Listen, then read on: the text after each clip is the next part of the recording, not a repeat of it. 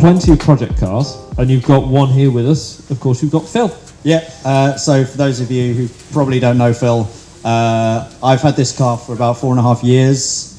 I bought it because a guy from Moss, a guy called Tim, who owns a Mark II, we were at a meet. I actually went to a meet, a car meet in like an Asda car park in a GTR with my girlfriend, and she made a beeline for the MX5, for Tim's MX5, and then I chatted to him and decided I needed one.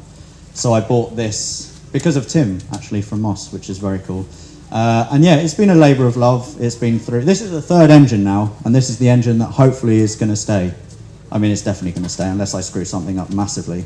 But yeah, it's a labour of love. And the reason it's called Phil is because I like Phil Collins. I also had an E36 M3 called Colin. So I'm quite a sad man, but I don't care.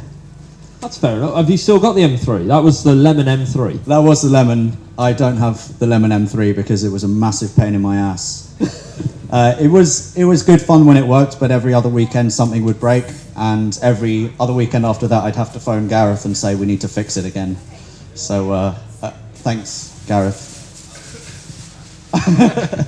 It's like Gareth was smiling there, but I could see the grit in the teeth of, yes, I lost half of my life fixing your M3 for you. Oh yeah, no, every other weekend we're fixing one of my cars.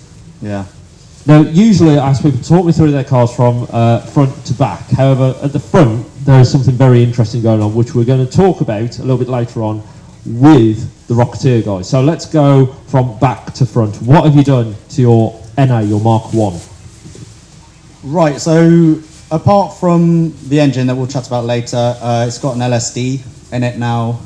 We have different brakes set up, EBC brake discs and brake pads. They're dimpled. They look really cool, and the car really brakes really sharply. Interior is completely standard. We've got the rollover bar as well. We've got the side protection bars. It's pretty much a Volvo now. It's really safe, except not. I have a Momo steering wheel. What else? We have some harnesses. Yeah, I mean, in terms of chassis, it's fairly standard. Sorry, I have the H&R coilovers as well. And was it this MX5 that you had a lot of rust pulled out of it? Yes. So when I first got the car, I mean, it was condemned. It was really bad.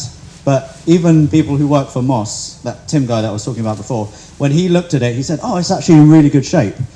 And then we took a screwdriver to it and then realised that the sills were completely rotten.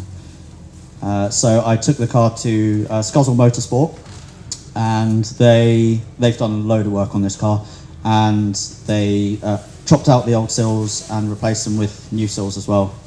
I remember watching the video of like it all being cut out, and didn't he turn around to you saying, if this was anyone else's car, I'd say bin it?